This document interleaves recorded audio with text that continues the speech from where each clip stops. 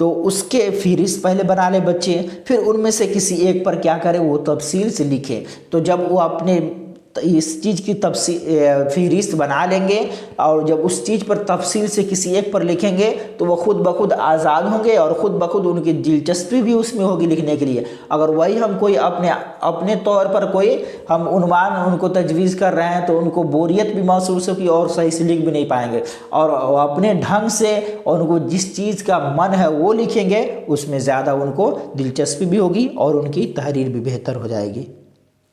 چلے دیکھیں،